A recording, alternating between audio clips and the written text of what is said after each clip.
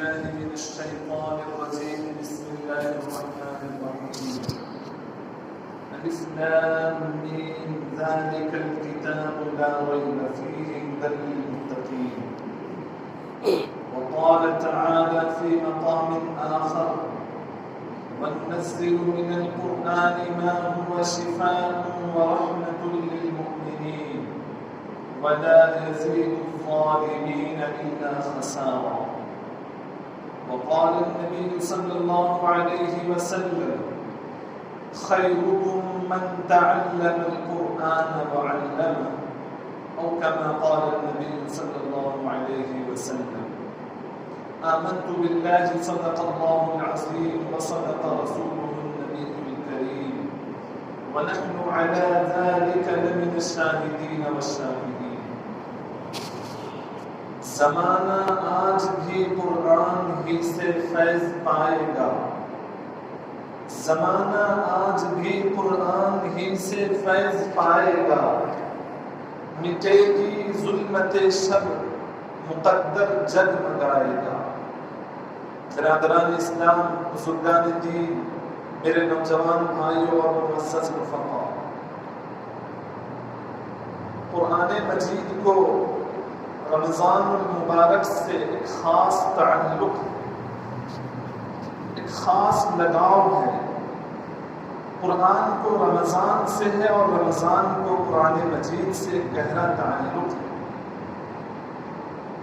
سورہ بقرہ کی پہلی آیت دوسری آیت میں اللہ تعالیٰ فرماتے ہیں: الف لام میم ذالک الکتاب لا ریب فیہ، کہ قرآن مجید وہ کتاب ہے جس میں کوئی شک نہیں ہے، اور قرآن مجید متقی پرہیزگار لوگوں کے لیے ہدایت کا ذریعہ ہے۔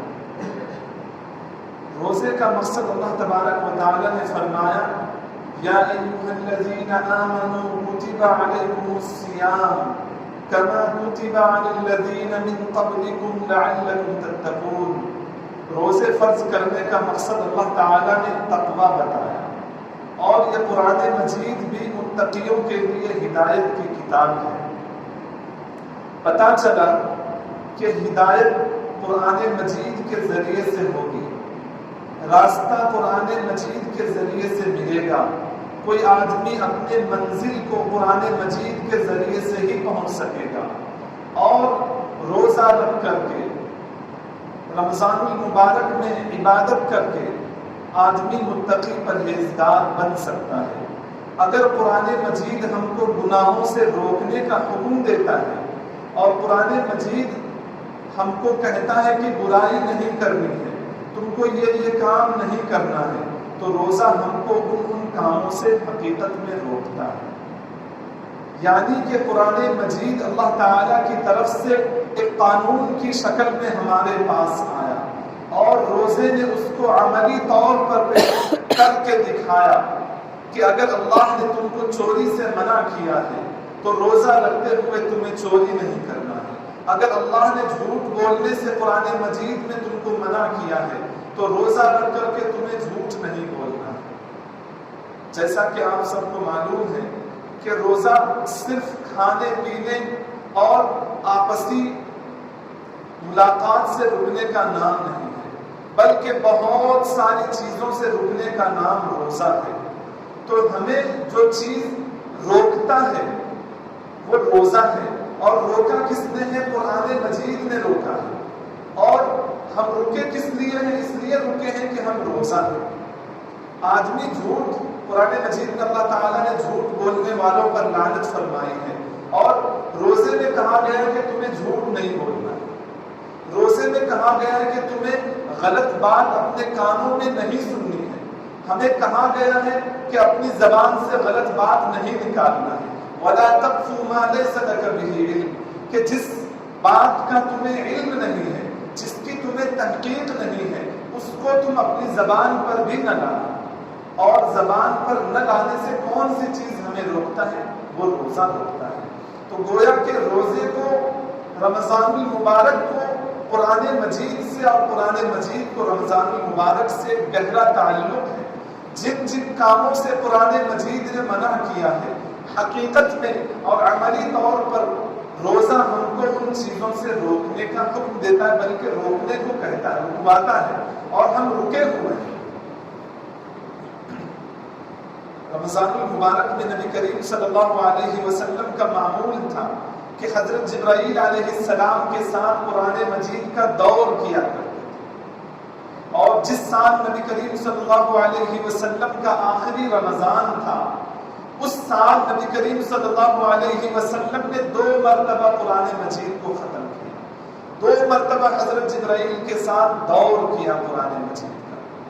اس سے پتہ چلا کہ قرآن مجید سے مسلمانوں کا ایک تعلق ہونا چاہیے جو عام دنوں میں نہیں ہوتا ہے، وہ رمضان میں ہمیں اس کا مظاہرہ کرنا چاہیے۔ نبی کریم صلی اللہ علیہ وسلم نے اپنی زندگی میں مدینہ منورہ کے اندر 2 راتوں کو تراویح صحابہ کرام کو پڑھائی۔ پہلی رات میں کچھ لوگ تھے اور دوسری رات میں بھیڑ بہت زیادہ ہو گئی، پہلے دن کے مقابلے میں دوسرے دن بھیڑ زیادہ جمع ہو گئی۔ تیسرے دن صحابہ کرام انتظار کرتے رہ گئے کہ نبی کریم صلی اللہ علیہ وسلم آئیں گے اور وہی والی 20 رکعت والی نماز پڑھائیں گے جو پہلے کے 2 دنوں میں پڑھائی تھی۔ آپ صلی اللہ علیہ وسلم کا صحابہ کرام انتظار کرتے رہ گئے اور آپ صلی اللہ علیہ وسلم گھر سے نہیں نکلے۔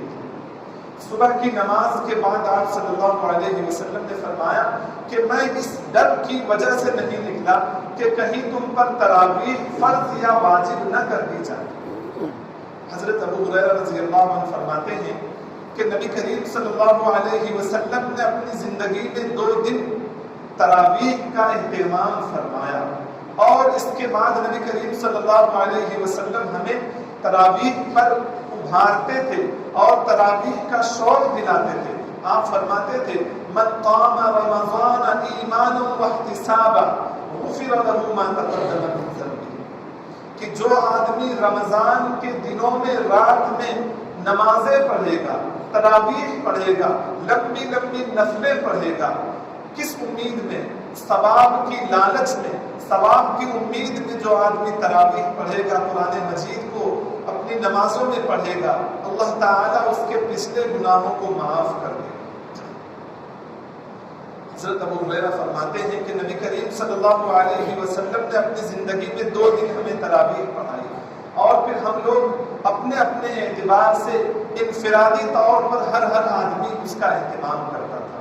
حضرت ابوبکر صدیق کے دور میں بھی یہی بات رہی کہ ہر آدمی اپنے اپنے طور پر جتنا ہو سکتا تھا وہ تراویح کا اہتمام کرتا تھا۔ حضرت عمر فاروق رضی اللہ عنہ کے دور میں بھی، شروعاتی دور میں بھی ایسا ہی رہا، لیکن چند سالوں کے بعد حضرت عمر فاروق رضی اللہ عنہ نے صحابہ کرام کے متفقہ مشورے سے تراویح کی باجماعت نماز کا اہتمام کرایا،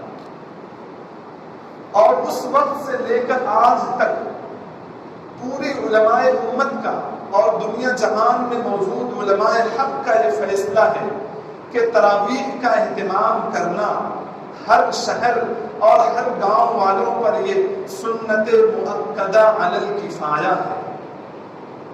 سنت مؤکدہ علی الکفایہ کا مطلب یہ ہے کہ یہ تراویح پڑھنا ایسی سنت ہے جس کی تاکید کی گئی ہے، اور نبی کریم صلی اللہ علیہ وسلم نے بھی اپنی زندگی میں 2 دن اس کا اہتمام کیا، اور بعد میں اس لیے چھوڑ دیا کہ کہیں یہ امت پر واجب نہ ہو جاتی۔ جس طریقے سے مسواک کو آپ صلی اللہ علیہ وسلم نے فرمایا کہ اگر مجھے اندیشہ نہ ہوتا کہ مسواک میری امت پر واجب ہو جائے تو میں ضرور اپنی امت کو مسواک کرنے کا حکم دیتا۔ پتہ چلا کہ مسواک کرنا بھی نبی کریم صلی اللہ علیہ وسلم کی سنت ہے۔ اسی طریقے سے تراویح پڑھنا بھی نبی کریم صلی اللہ علیہ وسلم کی سنت ہے، لیکن آپ نے اپنی زندگی میں 2 دن پڑھا، اور 2 دن کے بعد اس لیے چھوڑ دیا کہ کہیں تراویح بھی واجب نہ ہو جاتی، جیسا کہ وطر کی نماز سب جانتے ہیں واجب ہے، وطر کو چھوڑنے سے بہت بڑا گناہ ملتا ہے۔ اسی طریقے سے اگر نبی کریم صلی اللہ علیہ وسلم آپ فرماتے ہیں کہ اگر میں اور زیادہ تراویح کا اہتمام کرتا تو مجھے اندیشہ تھا کہ میری امت پر یہ تراویح بھی واجب ہو جاتی، اس لیے میں نے چھوڑ دیا۔ لیکن نبی کریم صلی اللہ علیہ وسلم اپنی زندگی میں اور حضرت ابوبکر صدیق کی زندگی میں، حضرت عمر فاروق کی ابتدائی زندگی میں، اور پھر حضرت عمر فاروق کے زمانے میں تمام کے تمام صحابہ کرام کا جو اس وقت حیات سے تھے، جو اس وقت زندہ تھے، تمام کے تمام صحابہ کرام کا اس بات پر اتفاق ہو گیا کہ تراویح ہر شہر میں، ہر ملک میں اور ہر گاؤں میں اس کا اہتمام جماعت کے ساتھ ہونا چاہیے، اور جس گاؤں والے، جس شہر کے لوگ تراویح کو مشترکہ طور پر سب کے سب چھوڑ دیں گے، ان تمام کے تمام گاؤں والوں کے ہر آدمی پر سنت مؤکدہ کو چھوڑنے کا گناہ بٹے گا اور تقسیم ہوگا۔ تو تراویح اللہ تعالیٰ نے امت مسلمہ کو اس لیے عنایت فرمائی ہے کہ یہ قرآن مجید کے یادگار کے طور پر ہے۔ قرآن مجید میں اللہ تعالیٰ نے فرمایا اِنَّا أَنزَلْنَاهُ فِي لَيْلَةِ الْقَدْرِ، پورے قرآن مجید کو ہم نے شب قدر میں نازل کیا ہے۔ اور سورہ بقرہ میں فرمایا شہر رمضان الذی انزل فیہ القرآن، کہ رمضان کا مہینہ وہ ہے جس میں پورا قرآن مجید اتارا گیا۔ تو قرآن مجید کو اللہ نے رمضان کے مہینے میں شب قدر میں اتارا، اور اسی کی یادگار کے طور پر پوری امت کو گویا کہ حکم دے دیا گیا کہ جس طریقے سے میں نے یک بار بھی میں نے پورا قرآن مجید تم پر نازل کیا ہے، تم بھی تھوڑا تھوڑا کر کے پورے مہینے میں قرآن مجید کو سننے کی اور اس کو ختم کرنے کی کوشش کی۔ تو تراویح کا یہ فلسفہ آپ کے سامنے مجھے رکھنا تھا۔ تراویح کے ضمن میں یہ بات آپ کو بتانی ضروری ہے کہ قرآن مجید کا تعلق رمضان سے جہاں پر ہے، وہیں پر کلام اللہ اور کتاب اللہ جتنے اترے ہیں ان کا بھی تعلق رمضان المبارک سے۔ مسند احمد کی روایت میں ہے کہ زبور کو بھی اللہ نے رمضان میں اتارا، توریت کو بھی اللہ نے رمضان میں اتارا، انجیل اور بائبل کو بھی اللہ تعالیٰ نے رمضان المبارک میں اتارا۔ حضرت ابراہیم علیہ السلام پر جتنے صحیفے اترے، حضرت موسیٰ علیہ السلام پر جتنے چھوٹی چھوٹی کتابیں اتری، وہ سب کا سب رمضان المبارک میں نازل ہوئی۔ پتہ چلا کہ رمضان کا مہینہ اپنے اندر ایک خاص فضیلت رکھتا ہے کہ رمضان کے مہینے کو اللہ تعالیٰ کے کلام سے ایک نسبت حاصل ہے۔ کلام کیا ہے؟ جیسے میں آپ سے بات کر رہا ہوں اور آپ سن رہے ہیں، ایسا نہیں ہے کہ میں بات کو اپنے طرف سے پیدا کر رہا ہوں، بلکہ ایک بات ہے جو میرے منہ سے نکل رہی ہے اور آپ کے کانوں کو پہنچ رہی ہے۔ تو اس تعلق سے آپ کا تعلق مجھ سے ابھی بندھا ہوا ہے، آپ لوگ میری بات سن رہے ہیں، میرا آپ سے تعلق بنا ہوا ہے، اور اس وقت آپ کا مجھ سے تعلق بنا ہوا ہے۔ اسی طریقے سے رمضان المبارک میں اللہ تعالیٰ نے کلام فرمایا، رمضان المبارک میں اللہ کی زبان سے کلام جاری ہوا، رمضان المبارک میں اللہ کی زبان سے کلام نکلا، اور رمضان المبارک میں ان کلاموں کو انبیاء کرام پر نازل کیا گیا۔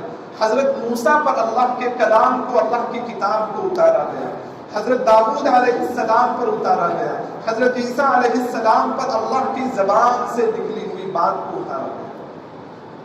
تو یہ وہ مہینہ ہے کہ جس مہینے میں اللہ نے اپنے بندوں کو مخاطب فرمایا، اور اس بندے کو اللہ تعالیٰ نے اپنے خطاب سے نوازا۔ اس لیے رمضان کا مہینہ بڑا بابرکت مہینہ ہے کہ اس مہینے میں بندے کو اللہ سے ہم کلامی کا ایک شرف حاصل ہوا۔ اس لیے ہمیں قرآن مجید کا اور اس کی تلاوت کا خوب اہتمام کرنا چاہیے۔ آپ صحابہ کرام کی زندگیوں کو اٹھا کر دیکھیے، تابعین کی زندگیوں کو اٹھا کر دیکھیے، تمام کے تمام بزرگان دین کے زندگیوں کو اٹھا کر دیکھیے تو پتہ چلے گا کہ انہوں نے رمضان المبارک میں قرآن مجید کی تلاوت کا، قرآن مجید کو سمجھنے کا بہت زیادہ اہتمام کیا۔ حضرت امام مالک کا نام آپ نے ضرور سنا ہوگا۔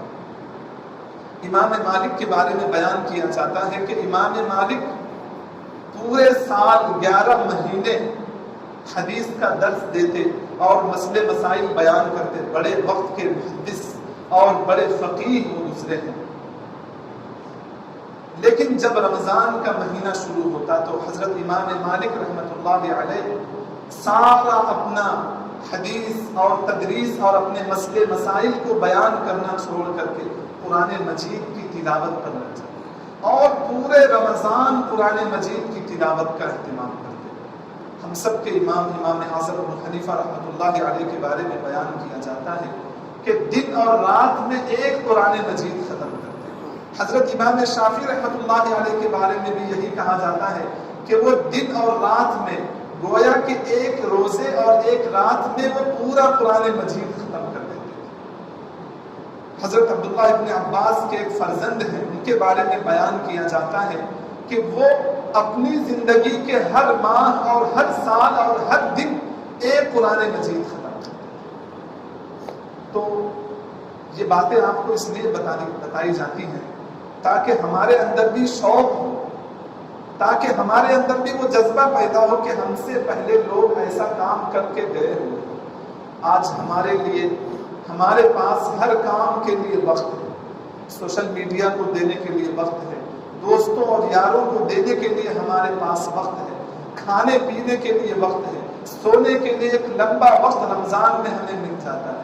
لیکن قرآن مجید کی تلاوت کے لیے، قرآن مجید کو دیکھنے کے لیے، قرآن مجید کو پڑھنے کے لیے ہمارے پاس وقت نہیں. اور ہمارے بڑے صحابہ کرام، تابعین، تبع تابعین کے حالات کو آپ اٹھا کر دیکھیے کہ رمضان میں ان کا مشغلہ کچھ تھا تو یہی تھا کہ وہ قرآن مجید کی تلاوت کرتے. وہ اپنے وقت کو کھانے پینے سے فارغ کر کے، اپنے بیوی بچوں سے فارغ کر کے وہ سارا کا سارا وقت قرآن مجید کی تلاوت میں، اس کو سمجھنے میں اور عبادات کرنے میں صرف کرتے تھے. اور آج اگر ہمارے پاس وقت نہیں ہے تو تلاوت کے لیے وقت نہیں ہے، ایک پاؤ قرآن مجید پڑھنے کے لیے ہمارے پاس وقت نہیں ہے، ایک پارہ پڑھنے کے لیے ہمارے پاس وقت نہیں ہے.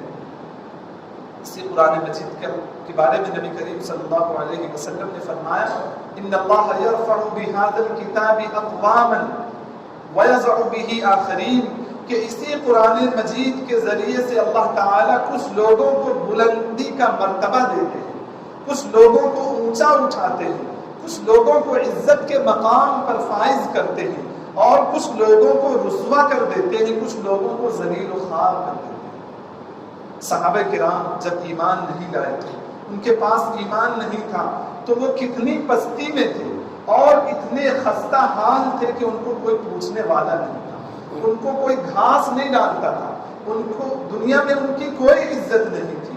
لیکن جب انہی صحابہ کرام نے قرآن مجید کو اپنے سینوں میں بسایا تو اللہ تعالیٰ نے دنیا کی بادشاہت کو ان کے قدموں میں ڈال دیا، دنیا کے تاج کو اور دنیا کے تخت کو اللہ نے ان کے قدموں میں لا کر ڈال دیا. اور صحابہ کرام کو اللہ تعالیٰ نے وہ عزت، وہ بزرگی اور وہ بلندی عطا کی کہ آج ہم اس پر رشک کرتے ہیں. آج کے مسلمان، ان کے پاس قرآن مجید ہے، ان کے پاس احادیث کا ذخیرہ ہے، آج کے مسلمانوں کے پاس سب کچھ ہے. قرآن مجید کو سمجھنے کا بہترین وسیلہ ان کے پاس ہے جو پچھلے زمانے میں نہیں تھا.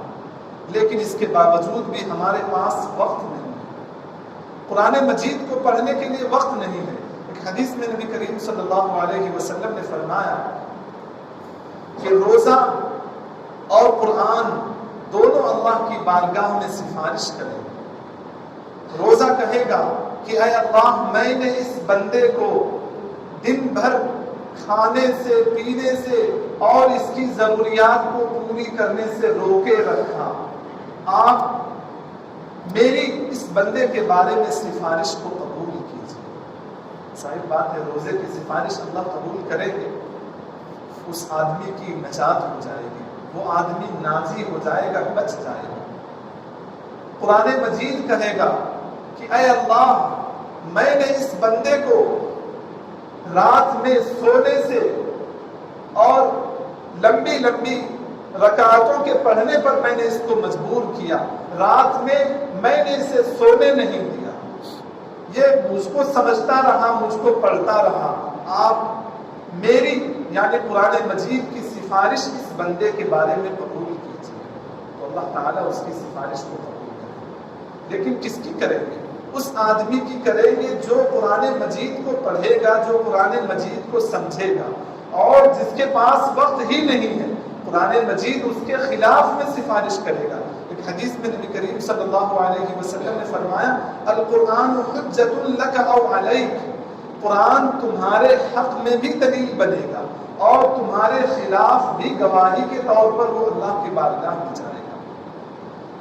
قرآن مجید صرف الفاظ کا نام نہیں ہے، قرآن مجید الفاظ کے ساتھ ساتھ اس کے اندر معانی بھی ہے۔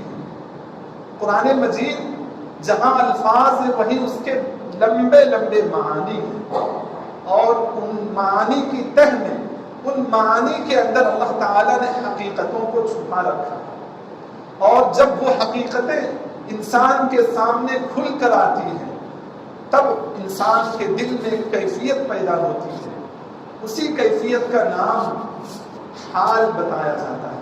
جب انسان پر اللہ تعالیٰ کی طرف سے کلام کی معانی کی حقیقتیں کھلتی ہیں تو انسان کے دل میں اللہ کی بندگی کا وہ جذبہ پیدا ہوتا ہے جو اس سے پہلے نہیں ہوتا۔ لیکن ہم لوگ یہ سمجھتے ہیں، بہت سارے لوگ ہیں جو کہتے ہیں کہ بھائی ہم کو قرآن مجید سمجھ میں ہی نہیں آتا تو ہم کو پڑھنے سے کیا فائدہ۔ نبی کریم صلی اللہ علیہ وسلم نے فرمایا کہ قرآن ایک ایسی کتاب ہے جس کو سمجھ کر پڑھا جائے تو بہت زیادہ ثواب، اور اگر بے سوچے سمجھے بھی پڑھا جائے تب بھی ثواب ملے گا، اور کتنا ملے گا؟ ایک ایک حرف پر 10 نیکی کا ثواب ملے گا۔ الف لام میم یہ ایک نہیں ہے بلکہ الف پر 10 ثواب، لام بولنے پر 10 ثواب، اور میم بولنے پر 10 ثواب، اور اگر قرآن مجید کو جتنا زیادہ سمجھ کر پڑھا جائے گا اتنا زیادہ ثواب اس کا بڑھتا جائے گا۔ ایک حدیث میں نبی کریم صلی اللہ علیہ وسلم نے فرمایا اقرأ وارتقی، پڑھتا جا اور چڑھتا جا۔ حافظ قرآن سے جن لوگوں کو جتنا قرآن یاد ہوگا اللہ تعالیٰ کہیں گے کہ قرآن پڑھو اور اپنے اپنے جنت کے درجوں پر چڑھو۔ جنت بہت سارے درجوں میں اللہ نے بنائی ہے، پہلا درجہ، دوسرا درجہ، تیسرا درجہ۔ تو حافظ قرآن سے یا جس کو جتنا قرآن یاد ہوگا اللہ تعالیٰ کہیں گے کہ قرآن پڑھ اور اپنی جنت کے درجے پر جا کے چڑھ جا۔ اب آپ سوچئے کہ ہم میں سے اگر کسی کو کہا جائے کہ تم قرآن مجید پڑھو اور جنت کے درجوں پر چڑھو تو کتنا چلے گا؟ 10-20 صورتیں ہم کو اکثر کو مشکل سے یاد ہوں گی۔ اس لیے ہم کو چاہیے کہ زیادہ سے زیادہ ہم قرآن مجید کو سمجھنے کی کوشش کریں اور قرآن مجید کو پڑھنے کی کوشش کریں، یاد کرنے کی کوشش کریں۔ ایک زمانہ تھا کہ لوگ گاؤں میں اور ہر شہر میں جو جتنے لوگوں سے ملاقات ہوتی تھی اکثر کے اکثر حافظ قرآن ہیں، اور آج مسلمانوں کا حال یہ ہے کہ چھوٹی 10 صورتیں بھی بہت سارے لوگوں کو یاد ہیں۔ ہم مسلمان کتنے زیادہ پستی کے شکار ہو چکے ہیں۔ اللہ تعالیٰ نے ہم کو دنیا کمانے سے نہیں روکا، دنیا میں ہے تو دنیا بھی کمانا ہے، لیکن اسی دنیا میں رہ کر ہمیں آخرت بھی بنانی ہے۔ اسی دنیا میں رہ کر ہمیں اپنے جنت کے درجوں کو بھی حاصل کرنا ہے۔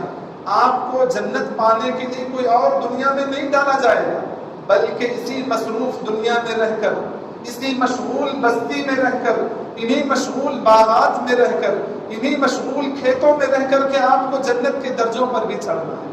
اس لیے قرآن مجید سے اپنا تعلق ہم کو بڑھانا چاہیے، قرآن مجید سے ہم کو اپنا تعلق بنانا چاہیے، اور قرآن مجید کو اپنا دوست، اپنا ہمنوا، اپنا یار، اپنا رفیق بنانا چاہیے، کیونکہ کل یہی قرآن مجید ہم کو کام آنے والا ہے، ورنہ یہی قرآن مجید ہمارا کام بھی بگاڑ دے۔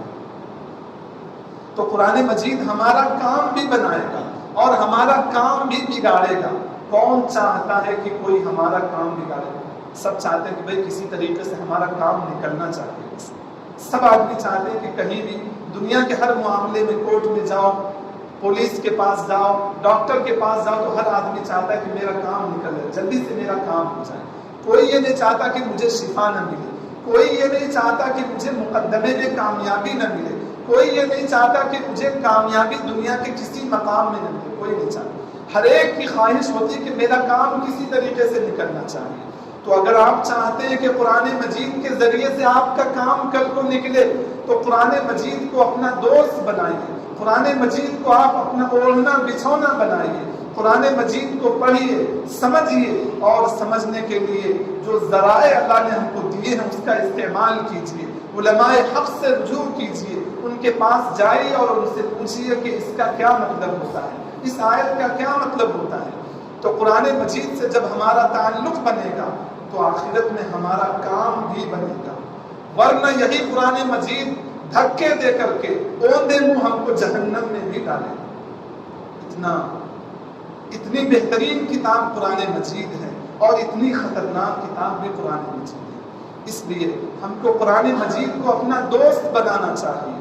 پورے سال رمضان میں تو ہم کو تلاوت کا اہتمام کرنا ہی کرنا ہے، ایک پارہ ہو یا 3 پارے، کم از کم 1 ختم یا 3 ختم ہر عشرے میں ہر مسلمان کو کرنا چاہیے۔ یہ قرآن مجید ایسی کتاب نہیں ہے کہ علماء کرام ہی پڑھیں گے، جیسا کہ دنیا میں دوسری کتابوں کے بارے میں آتا ہے کہ ان کے جو پادری ہوتے ہیں، ان کے جو پنڈت ہوتے ہیں وہی پڑھیں گے۔ یہ قرآن مجید کے ساتھ اللہ تعالیٰ نے ایسا معاملہ نہیں کیا، بلکہ کہا کہ ہر مسلمان کو قرآن سیکھنا ہے، ہر مسلمان کو قرآن مجید کو اپنے سینے میں اتارنا ہے۔